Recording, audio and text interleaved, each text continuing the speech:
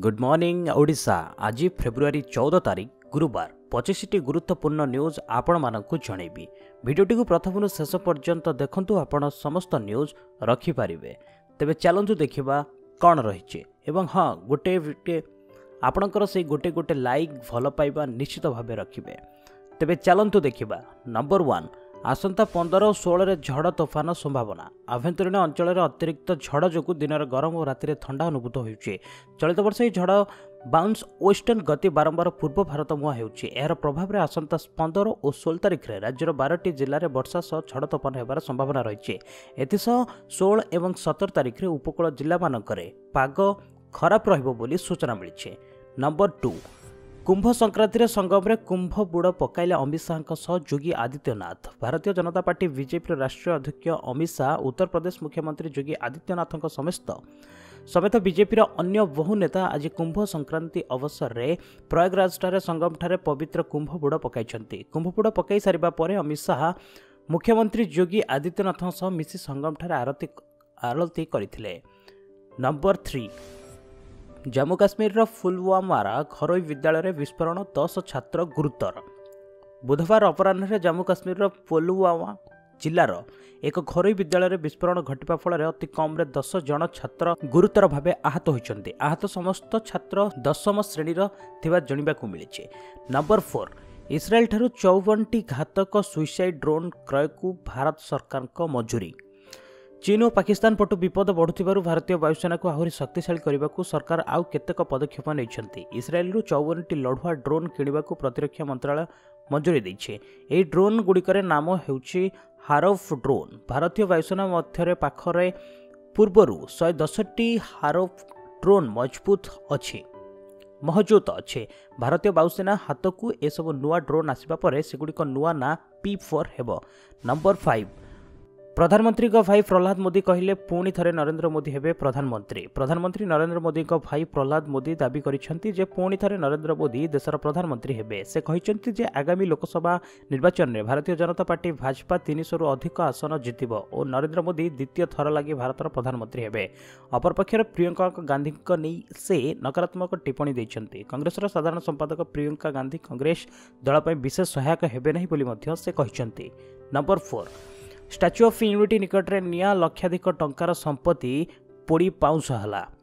गुजरातर बाकड़िया ठारे नर्मदा नदी उपर निर्मित स्टाच्यू ऑफ यूनिटी निकट में थिबा टेंट सिटी रे निया लगी लक्षाधिक टंका सामग्री नष्ट होईची। तेबे एही घटना रे केही मृत हाथ होइतिबा खबर मिली नहीं।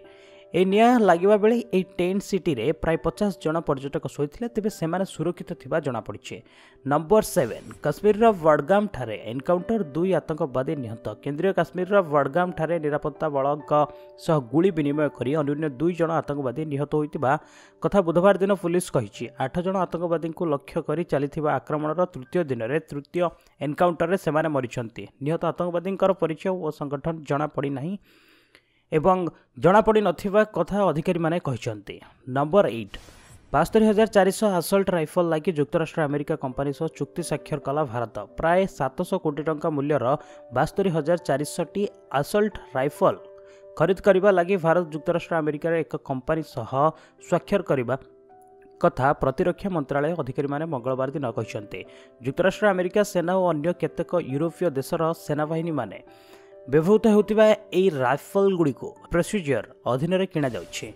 नंबर 9 मणिपुर रे व्यापक हिंसा कर्फ्यू जारी इंटरनेट सेवा बंद। नागरिक संशोधन बिल 2016 को विरोध करी उत्तर पूर्वांचल राज्यगुड़िक चलिथिबा आंदोलन दिनकू दिन उग्र हेबार लागिछि। आज राज्यसभा रे नागरिकतार संशोधन बिल आगत हेबार थिले मध्य ताहा होई पारि नाही।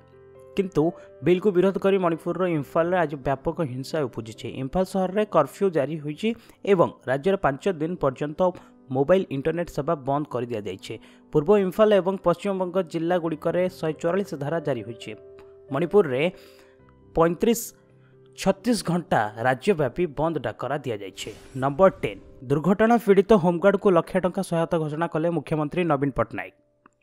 बालेश्वर जिलार सोर थाना कार्यरत एवं ट्रेन दुर्घटनार सम्मुखीन होइतिबा होमगार्ड नटवर नायक को मुख्यमंत्री नवीन पट्टनायक 1 लाख टंका सहायता घोषणा करिसेंति। मुख्यमंत्री नवीन आर्थिक सहायता घोषणा करने सहित नटवर चिकित्सा मागणार जोगाइबा पई आदेश देवा सहित खूब शीघ्र स्वास्थ्यवान हेबाकू कामना करिसेंते। नंबर 11 चिलिका उपर निर्माण हेब दुई बड़ ब्रिज। भारतीय राष्ट्रीय राजपथ प्राधिकरण NHI ओडिशार उपकूल में राजपथ निर्माण करने को जाइथिबा बेले एहार समीक्षा लगी राज्य सचिवालय एक उच्चस्तरीय बैठक हो जाइछे।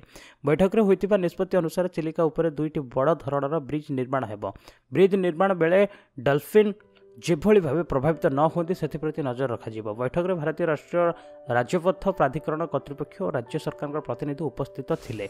नंबर 12 43 प्रकल्पर शिलान्यास और 33 प्रकल्प उद्घाटन कले मुख्यमंत्री। मुख्यमंत्री नवीन पट्टनायक आज बालेश्वर जिला गस्त कर 43 प्रकल्पर शिलान्यास करने सह 33 प्रकल्प को उद्घाटन करछन्ते।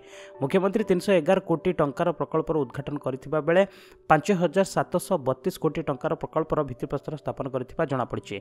एथिसह बालेश्वर पुलिस लाइन पड़िया 5टी जिलार बिजु युव बाहिनी कर्मी समावेश उद्बोधन दैछन्ति मुख्यमंत्री।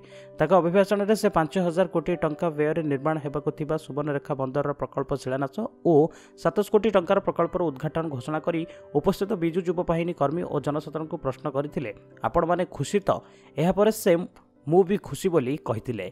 नंबर 13 श्रीमंदिर संस्कार पर अंटा भिड़िले शंकराचार्य। श्रीमंदिर पूर्ण संस्कार पर अंटा भिड़िछन्ति गोवर्धन पीठ शंकराचार्य स्वामी निश्चलानंद सरस्वती। सरकार परिचालना कमिटी सेवायत और न्यायपालिका को लेकिन संस्कार रास्ता बाहर करने को निष्पत्ति नहीं से आसंता 17 तारिख में मिलित आलोचना करने को घोषणा कर श्रीमंदिर मर्यादा श्री जगन्नाथ संस्कृतिर सुरक्षा पाई समस्त सहयोग लोड़ी। जदि सहयोग न मिले तेबे जन आंदोलन करने को चेतावनी भी देते। नंबर 14 कलिंग सेना को मिला बैट चिन्ह सबु आसन में प्रार्थी देव सेना। भारतर निर्वाचन कमिशन कलिंग सेना को आगामी निर्वाचन में बैट चिन्ह प्रदान करिसेंति। सेनार प्रार्थी माने निर्वाचन में बैट चिन्ह प्रतिद्वंदिता करेंगे। आज सेना सुप्रीमो हेमंत रथ एने आनुष्ठानिक भाव घोषणा करिसेंति। एक संवाददाता सम्मेलन में श्री रथ कहिथिले आगामी निर्वाचन में सबुठारु आसन में कलिंग सेना प्रार्थी देव युवकी युवती मानक पुंजी करी सेना निर्वाचन मैदान को ओह्लाइब। नंबर 15 ऑस्ट्रेलिया श्रृंखला लगी शुक्रवार दल घोषणा। चलित मास 24 तारिख आरंभ होता ऑस्ट्रेलिया विपक्ष घरोई श्रृंखला लगी शुक्रवार भारतीय दल घोषणा यह श्रृंखला रे काम चल अधिनायक रोहित शर्मा और प्रारंभिक बैट्समैन शिखर धवन सह अन्य केते वरिष्ठ बैट्समैन विश्राम दिया यथेष्ट संभावना रही।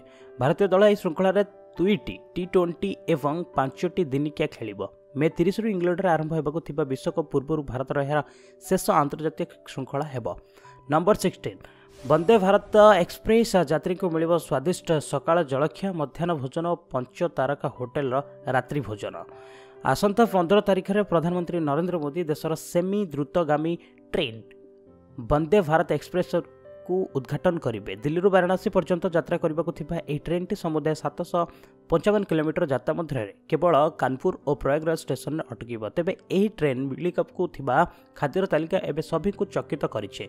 रिपोर्टर जानवाक मिली जे एणिके यात्री माने स्वादिष्ट मफिन फेटिस आदि खाद्य सकाळ जलखिया खाइबार सुजोग पाइबार बेले मध्याह्न भोजन पाई सेमाने सकाशे आलाहाबाद नुआ करी हेबाकु थिबा एक रेस्टोरेंट रु खाद्य बराद होई आसिबो। नंबर 17 बाजार रे platinum love band platinum touch of love तरफरु प्लाटिनम लव बैंड रो संभार को उन्मोचन करा जायछि। सेथिरे 6टी बैंड रहिछि।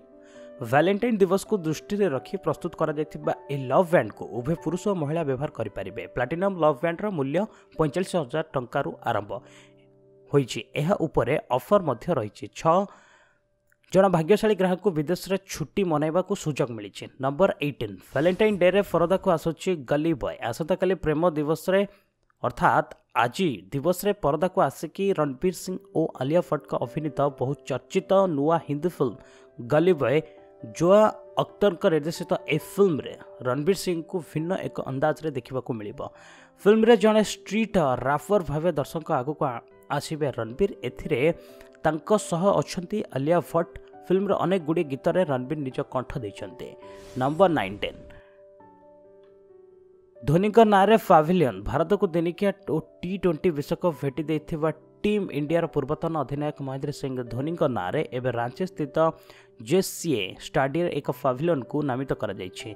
JCA रो साउथ पाविलियन टी धोनी नारे परिचित हेबो। नंबर 20 शीत काकर रे पड़िछि धान कार्यानुष्ठान दाबी रे चाषी हो हल्ला। नयगढ़ भापुर रे ବ୍ଲକ ନିମାଣୀ ଅଞ୍ଚଳରେ ବହୁ ଦିନ ଧରି ମଣ୍ଡିରେ ଧାନ ପଡ଼ି ରହିଥିବା କାରଣରୁ ହୋହାଲ୍ଲା କରି ଚାଷୀ ମିଲ୍ର ମଣ୍ଡିର ଧାନ ନ ଉଠାଇବାକୁ ଶହ ବସ୍ତା ଧାନ ବାହାରେ ପଡ଼ି ରହିଛି। ଏହାଦ୍ୱାରା ଧାନଗୁଡ଼ିକ ନଷ୍ଟ ହେଉଛି। ତେଣୁ ଏନେଇ ଦୃଢ଼ କାର୍ଯ୍ୟାନୁଷ୍ଠାନ ଗ୍ରହଣ କରିବାକୁ ଦାବି କରିଛନ୍ତି ଚାଷୀ।